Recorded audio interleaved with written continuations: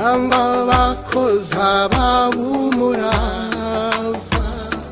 nta n'umwe muri bo wabyishoboza cyangwa ngo yiratane intege ze.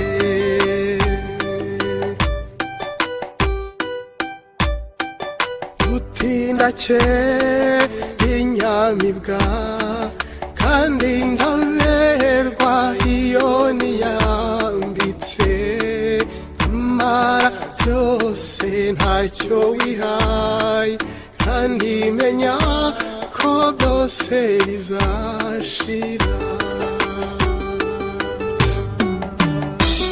Ingabire y'Imana niyitugize muri byose, niyitubeshaho, niyidukomeza ubuzima bwe, kuko muntu bwe ntacyari cyo.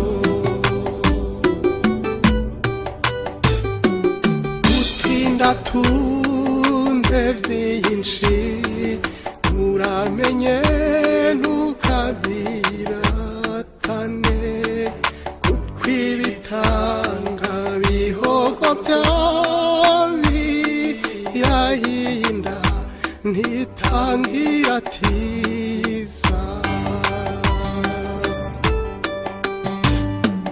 Niba sutunze bike uramenye ntukavuma Imana, itanga byose ko yishakiye, ikamenya abakire n'abakene. Ingabire y'Imana niyitugize muri byose, niyitubeshaho, niyidukomeza ubuzima bwe, kuko muntu bwe ntacyari cyo.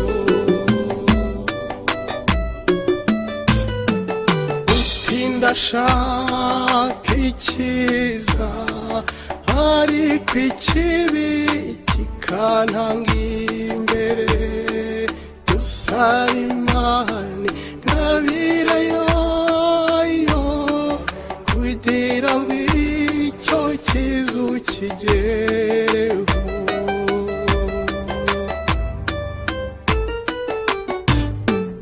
Dore twahubwa icyo twakora, nuko twatwaza tudacika intege, twizeye ko ingabire y'Imana izadukomeza ikadushoboza. Alleluya, alleluya,